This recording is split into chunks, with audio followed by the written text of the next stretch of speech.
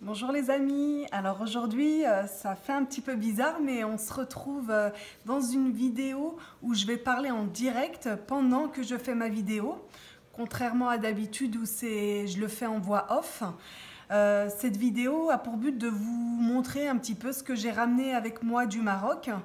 Quand j'y suis allée il y a quelques jours, il n'y a pas si longtemps que ça que je suis revenue.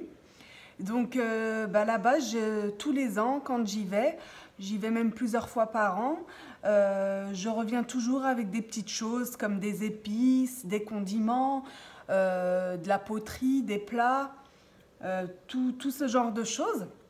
Et comme je vois que vous regardiez mes vlogs, je me suis dit on va aller jusqu'au bout des choses et je vais leur ramener ce que je ramène, ce que j'ai pris de là-bas, quoi. Je vais vous montrer tout ça. Donc on va commencer par les fameuses épices que je vous ai filmées tout au long de mes vlogs au Maroc. Alors, ça c'est des indispensables, hein, vous le voyez bien dans mes recettes. Je ne peux pas cuisiner sans épices, c'est impossible. Vous voyez, je mets tout ça dans des tupperwares. Ça, c'est mes stocks que j'ai de côté. Et dans ma cuisine, comme vous pouvez le voir dans mes vidéos, j'ai des pots en couleur argent où j'ai mes épices que j'utilise tous les jours. Et du coup, ça, ce sont mes réserves, car j'ai besoin de grosses réserves, ça part très très vite. Donc voilà, j'ai tout ça. Je vous montre ça. Hop. Donc j'ai stocké ça dans des tupperwares. Comme ça, il n'y a pas d'air, il n'y a pas de bête qui puisse rentrer dedans. Et on va surtout regarder ce qu'il y a à l'intérieur. Donc là, vous reconnaissez, hein, sans que j'ouvre la boîte, je pense. Ici, on a le fameux curcuma. Et en plus, vous l'avez vu dans mon vlog, je le fais vraiment moudre entier. Je ne l'achète pas déjà moulu. Ça me tient à cœur que le commerçant me le moud... Voilà, me le broie en direct. Je sais que c'est du pur, vous voyez. Il est magnifique, il est surtout super bon pour la santé. C'est un anti-oxydant et il prévient les cancers. Donc moi, partout où je peux en mettre, j'en mets. Voilà. Donc il a une très très belle couleur par rapport à celui que je peux acheter pour me dépanner en grande surface quand j'en ai plus. Mais je peux vous dire que c'est pas la même odeur et pas la même couleur. Voilà, donc ça c'est le curcuma. Je vous le mets de plus près pour que vous voyez. Mais vraiment, il est d'un jaune vif, magnifique. Jaune un peu moutarde. Voilà. Alors, qu'est-ce que j'ai d'autre? Ici, on a le cumin.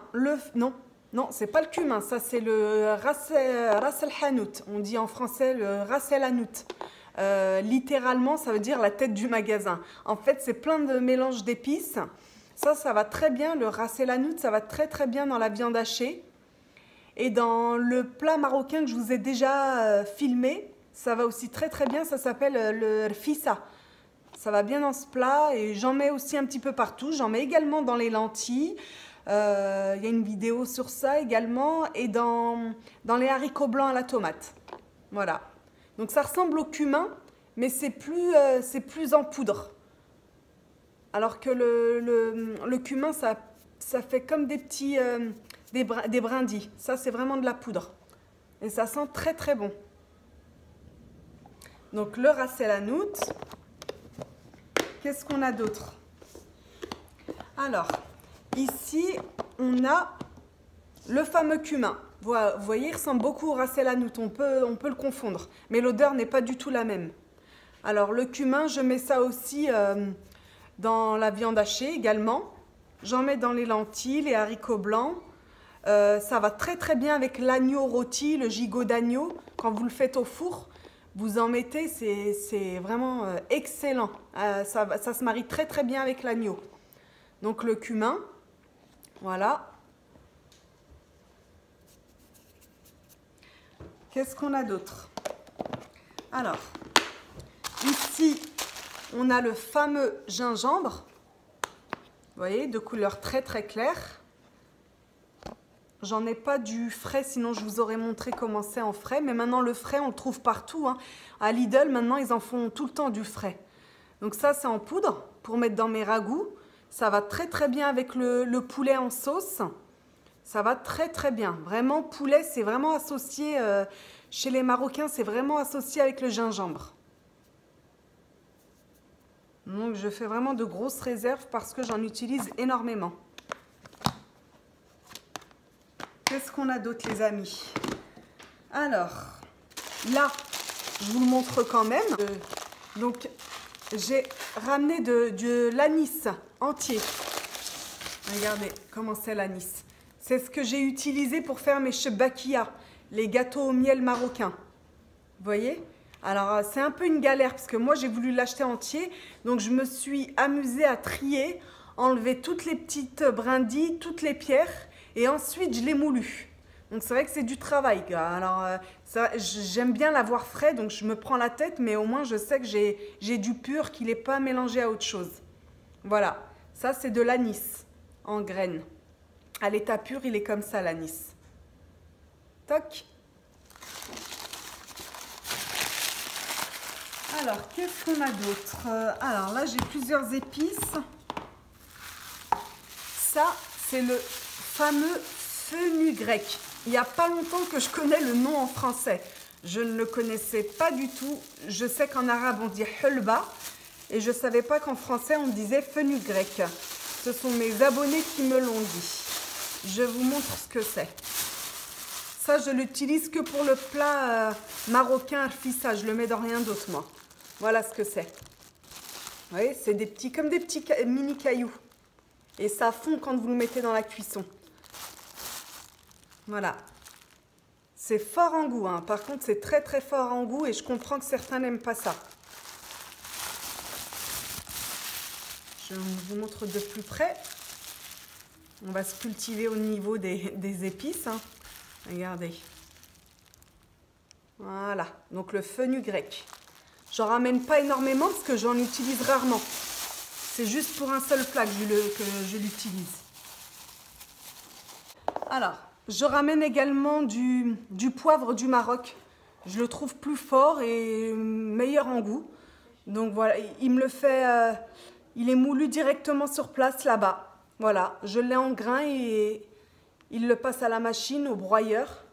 J'en prends en général 1 kg. Voilà. Donc ça, vous connaissez tous, hein, le poivre. Je ne vais pas m'éterniser dessus. Et un indispensable également dans ma cuisine, c'est le fameux paprika.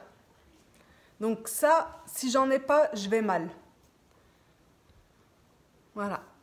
Donc pareil, il est d'un rouge super vif. Il est vraiment pas comme celui que je peux acheter ici.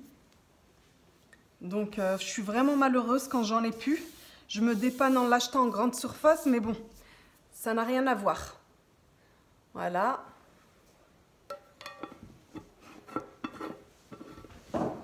Également ramener du henné. Et oui, du henné, ça c'est pas un épice, mais ça vient du Maroc, donc je vous le montre. Le henné, c'est une poudre qui est de couleur assez verte. Donc je peux en mettre pour des occasions, sur les mains, s'il y a un mariage ou autre, mais c'est rare. Ou en tant que teinture pour les cheveux. Voilà. J'en ai ramené un petit peu. Toujours en avoir un petit peu en réserve au cas où. Alors maintenant, je vais vous montrer les condiments. Qu'est-ce que j'ai ramené en condiments? Alors moi, comme vous avez pu le constater dans toutes mes vidéos, moi et le piment, c'est une histoire, une grande histoire d'amour. Donc voilà, j'ai ramené de l'harissa du Maroc. Je crois qu'il n'y a que moi pour faire ça. Donc il est hyper fort par contre celui-là. Mais vous pouvez le mettre hein, quand vous cuisinez, mais il suffit de le doser. Mais il sent super super bon. Il n'a rien à voir avec les harissa que vous achetez en grande surface. C'est pour ça que j'ai fait une grosse réserve. Donc il a une jolie couleur. Voilà.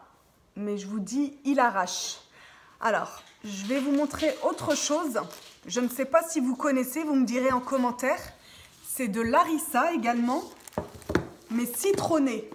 Et ça, franchement, c'est exquis. En fait, il est mélangé, il est broyé avec du citron confit. Donc c'est piquant, mais avec du citron confit. Donc c'est un goût de citron et c'est pimenté à la fois et c'est super bon. Ça par exemple, hier j'ai fait un poulet aux olives et au citron confit. Et ben j'en ai mis un petit peu. Et ça va très très bien avec. Voilà. Après, vous pouvez en mettre sur un bout de pain quand vous mangez votre plat, si vous aimez ça. Hein. Mais moi, j'aime beaucoup ça. Donc, voilà, je me suis fait plaisir. J'ai acheté les deux. Le rouge et le citronné. Voilà. Toc. Donc, c'est bon pour ça.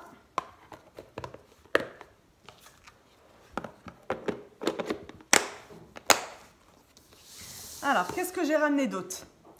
Les fameuses olives du Maroc que je vous ai filmées à plusieurs reprises. Ben, j'ai fait des réserves également.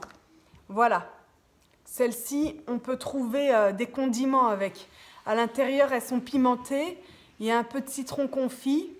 Et vous voyez la couleur? Vous en avez des violettes et des un peu plus clairs. J'aime trop ça. J'en mange à tout bout de champ. Pour grignoter ou pendant le ramadan, je pose toujours ça dans une coupelle à table ou même pendant les repas toute l'année. En fait, toute l'année, moi j'ai des olives sur la table. Et j'en ai de toutes les sortes. J'ai également celle-ci. Vraiment, tout ce qui se fait, j'ai ramené en olive. Vous voyez? Ça sent tellement bon. Vous voyez, ils mettent des petites carottes avec, plein de condiments. Ça donne encore plus de goût. Donc celles-ci, ce sont des clairs. Elles se mangent comme ça en apéritif ou... voilà. Vous voyez, j'ai fait la réserve. On va se régaler.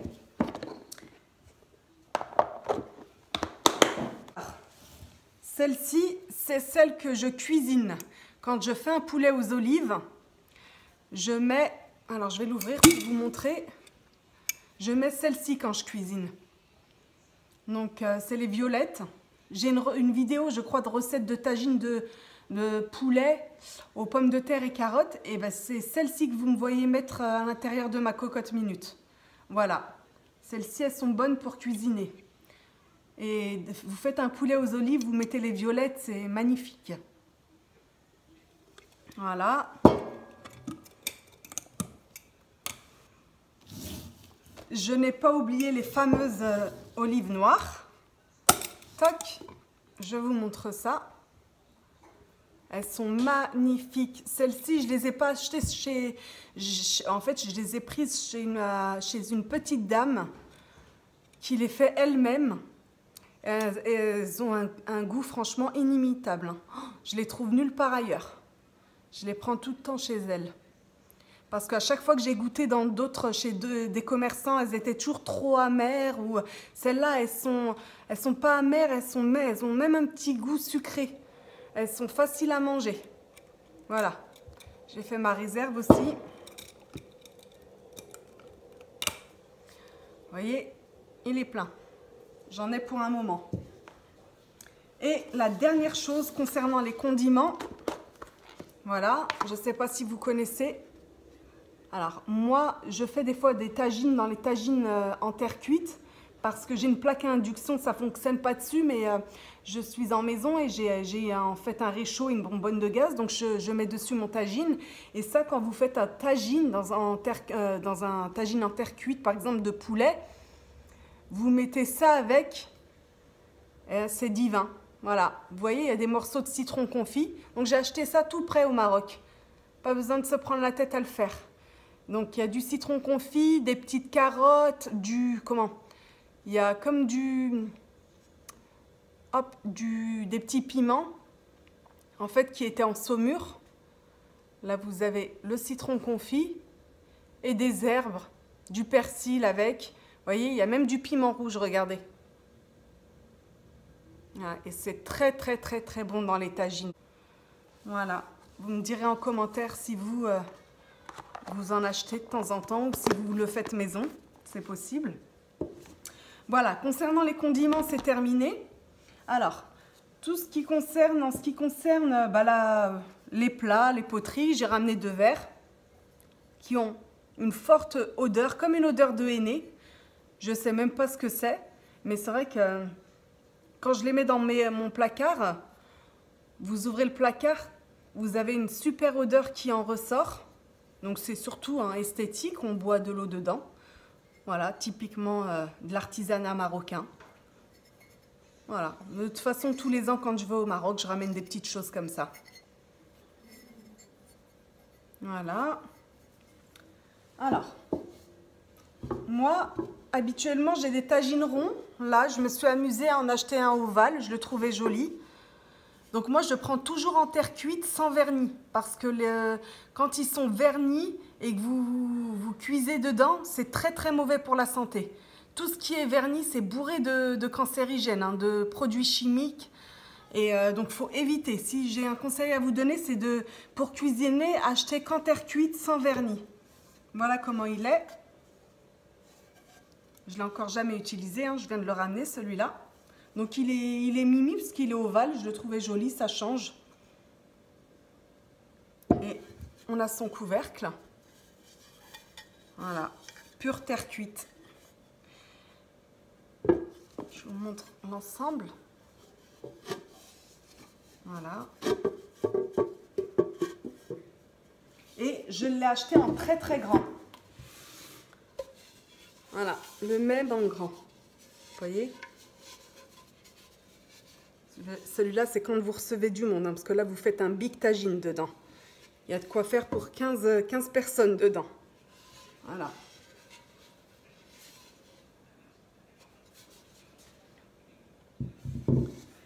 Voilà les amis, donc c'est tout pour tout ce que j'ai ramené. Je pense avoir fait le tour. Si j'ai oublié des choses, j'ai pas dû oublier grand-chose. Donc moi, tout ce que je ramène tous les ans, mes indispensables, c'est les olives et surtout les épices. Si j'ai mes épices, tout va bien. Je peux continuer à vivre. Voilà, j'espère que cette vidéo où je parle en direct pendant que je réalise la vidéo, je ne sais pas ce que vous allez en penser. Donc j'aimerais bien avoir votre avis en commentaire. Donc, chose promise, chose due. Je vous ai dit que je vous ferai cette vidéo, je vous la fais. Et dites-moi ce que vous en avez pensé en commentaire, si c'est une vidéo qui est intéressante ou si elle ne sert à rien. Moi, il n'y a pas de souci, je prends tous les avis. Tout est constructif de toute façon. Voilà, donc je vais vous laisser, puis je vous retrouve très très bientôt pour de nouvelles vidéos pour le Ramadan. Allez les amis, à bientôt.